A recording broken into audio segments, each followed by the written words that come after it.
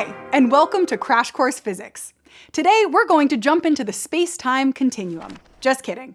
Though science fiction writers and physicists aren't the only ones exploring space-time, which is when the three dimensions we see in space are represented together with time. Geographers and physicists are both trying to describe the world and tell the stories of the Earth, so it makes sense that we share some of the same vocabulary. As geographers, when we talk about space-time, we mean more that space and time are becoming one. The distance between different spaces doesn't matter as much, and the time it takes for ideas or people to diffuse from one location to another is getting smaller and smaller. Like in our episode on industrial geography, we talked about globalization, and how in a globalized world the movement, flows, and connections, whether economic or political or social or cultural, have made it seem like we've compressed time and space, as the geographer David Harvey once said. As how we live and work changes, our spaces, places, and human-environment interactions are being reorganized on every possible scale. In this final episode, come with me as we start to tell the stories of geographies of the future. I'm Alize Carrere, and for the last time, this is Crash Course Geography.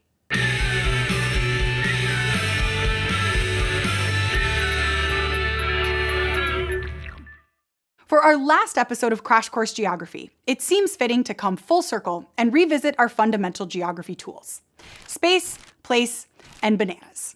I mean, human-environment interactions. Throughout our journey through this series, we've talked about lots of different types of space. But basically, space refers to all the features and relationships that occur in a given area. And now the digital world has created a somewhat new virtual space with its own landscape or technoscape, where we can interact without necessarily being physically together. Like, it takes many people to pull an episode of Crash Course Geography together. Our field producer Neil and I shoot this in Miami, Florida, with our editor Madeline and producer Brandon zooming in from Colorado and Indiana. And they work with our writers and consultants April and Zora in Ohio, and Kelly, our fact checker in Massachusetts, and Tuna, who does our sound design in Montana. And of course, our Thought Cafe team with Meg and Tenzin illustrating the series from Ontario, Canada, and Monique animating it from Sao Paulo, Brazil. We work as a team from many different locations and time zones. And while we're each located in an absolute or specific space, we're also simultaneously in a relational space that's connected through social media and the virtual world to lots of other places when we're interacting with each other. Like during a Zoom meeting, I might be paying rapt attention, of course, and ordering a library book or placing a takeout order for lunch. Or maybe I'm out doing errands, but also chatting with my sister and the chickens in France. So many different kinds of spaces are converging all at once. And that means how we think about space and geography has changed and will change in the future. We've broadened our concept of space and the spaces we navigate daily because all of these different types of space have become an integral part of our lives. They influence and impact each other and will profoundly change how we live, work, shop, and play. Right now, though, in the early 2020s, we don't know the whole story of virtual space. There's still a lot to study in geography because these virtual spaces can also be filled with power struggles and possibilities, just like physical spaces. And as our understanding of space changes and grows, we also have to think about another core concept: place and what that means in the future. Place is an area in a space that humans have given meaning to or have become attached to in some way. So places are like locations plus so much more. They're also the setting of everyday life. We experience places and they exist because we exist, which makes place a social construct that's unique to particular people and which can change over time. As space and time converge, today more than ever, places are linked to other places and regions in a global rather than a local context, and are highly interdependent. Like New York City and London in some ways are more closely linked as important economic places than, say, New York City and my hometown Ithaca, a little bit upstate. In fact, globalization has made some people afraid that we're heading towards a world where global consumerism will make every place the same. Whether we're in Denver or Dubai, we're confronted with the same airport, hotel, or office, and with the same shops, the same brands, and the same products. Some people find that this homogenization, or blending together, makes them feel placeless and dislocated. But other people find that sameness comforting. And another school of thought says that these brands are globally ubiquitous, but are being adapted in different ways to meet the tastes, desires, needs, and culture of locals. Either way, this means that places aren't lost. But it does mean that people who live in places affected by globalization, so most of the world, do need to decide what it is they want their place to be, whether that's reasserting identity and claim to a territory in order to recreate a specific time and place in the past or a new vision of their future. Like the slow city movement, which is a grassroots response to globalization and an example of people trying to recover a sense of place.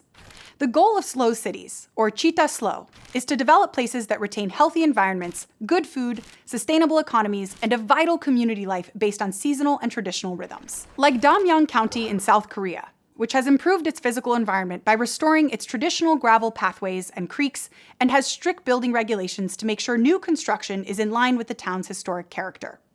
Residents can learn traditional arts and crafts, and there's a daily and weekly market for local products and for farmers to sell produce. Defending territory is a place-making force, and it's a way we show we're attached to a specific location and have created a place we feel we belong.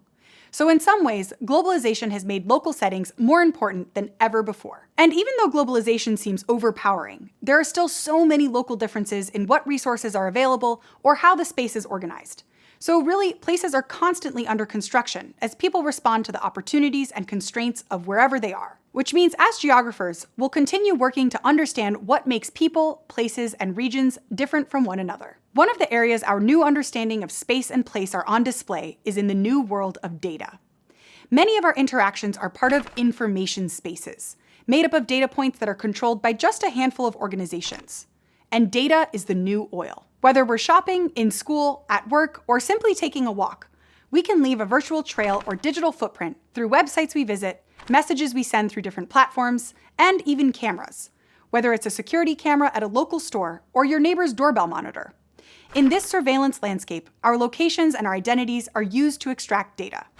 And like oil, extraction means profit. This new round of extraction is called surveillance capitalism. And nowhere is this surveillance more obvious than in our urban spaces.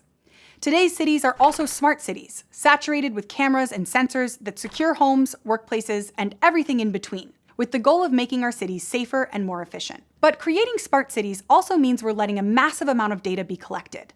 These technologies have the ability to collect granular data on local weather, pollution, and traffic patterns. And they can also collect personal data as we move through public spaces. Personal data that can be commercialized. But just because we can doesn't mean we should. Or at least doesn't mean we should without at least first thinking critically about which communities may benefit most from technological solutions, and who might be harmed instead. Like as cities become more focused on security, that might also mean new ways to manipulate, segregate, and keep surveillance on our most marginalized and vulnerable social groups. We need to think about how spaces and infrastructure will be provided in the future, and the roles that technology, data, and privatization will play in shaping our cities. If all of this is sounding a bit dystopian, I'm with you.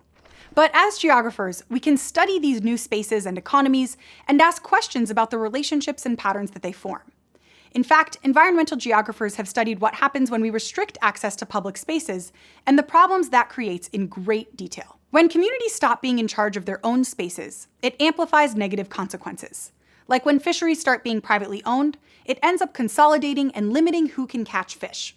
By restricting access, we also lose out on a lot of community knowledge, which can include informal practices that help reduce impacts on a resource. And the world of data is no different. Some communities are pushing back on surveillance and all the data collected by private companies by arguing for more data to be open access. This turns data from a private good to something that is held in common and that we care for as a public good, like water in a watershed. Communal data also gives under-resourced communities new outlets to claim space and power, like through efforts like open geographic data or the effort to map previously silenced patterns, through projects like Mapping Prejudice. Though our current surveillance landscape and an open data future aren't the only two options for how we can deal with data. And as geographers, we can help figure out how those options affect spaces and places. And finally, the third core geography concept is human-environment interactions, or all the ways humans connect with and live within the environment, and the impact the environment has on lives, choices, and experiences of people. As we enter the third decade of the 21st century, the human footprint extends over the vast majority of Earth's surface. In fact, some people call our current geological era in Earth's history the Anthropocene.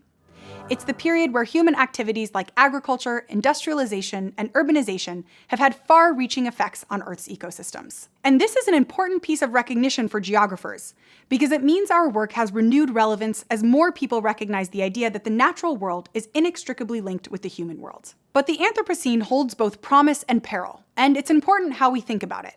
For instance, let's consider geoengineering, or the active manipulation of the Earth's climate in order to counteract the effect of climate disaster. Geoengineering solutions like carbon capture actively push carbon dioxide and other greenhouse gases from the atmosphere into Earth's crust, so it can't trap heat in the atmosphere anymore.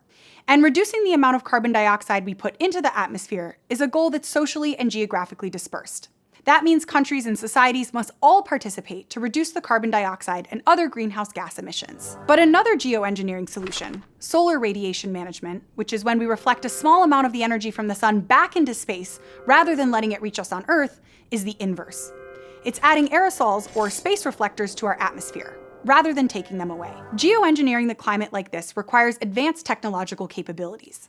It also means a small group of states or private companies would be able to manipulate the climate of entire regions however they wanted. So as geographers, we've got a lot of work ahead of us, helping the world navigate whether we can, or should, drastically manipulate the physical environment in new ways to suit human needs. And because geographers are experts on the relationships between physical and social processes, we can help evaluate the consequences or potential benefits of manipulating our environment. The Anthropocene requires us to radically rethink the idea of nature, and even humans and our relationship with each other. What is just and what is equitable, both socially and spatially, are still important questions, because there are power relationships bound up in who will be the winners and losers, or who gets to decide what is beneficial and what is harmful. So, throughout this series, we've talked a lot about the different patterns and processes that shape our world, and how deeply they're affected by the past. But nothing is set in stone. And as we've said many times, the Earth is a beautifully dynamic place. And human innovation and our desire to claim and create our own places will continue to build new landscapes and futures. Whether it's climate change, data landscapes, or understanding the movement of people and ideas, power and economics, geographers are right there, getting their boots muddy or digging through archives and big data. We're helping to explain the relationships between the physical and social forces and the outcomes those interactions generate in order to tell all the stories of the Earth. And with that, we've made it to the end of our journey. Around the world and back again, learning about things like volcanoes, glaciers, agricultural patterns, and the movement of language and religion. And of course, bananas. It has been an honor to be your companion along the way, with the help of so many friends. And I hope that understanding a bit more about both physical and human geography has given you new perspectives to ponder and a renewed sense of awe and wonder about our extraordinary home planet. Thank you so much for joining me on this journey. Thanks for watching this episode of Crash Course Geography, which is filmed at the Team Sandoval Pier studio and was made with the help of all these nice people. If you want to help keep Crash Course free for everyone forever, you can join our community on Patreon.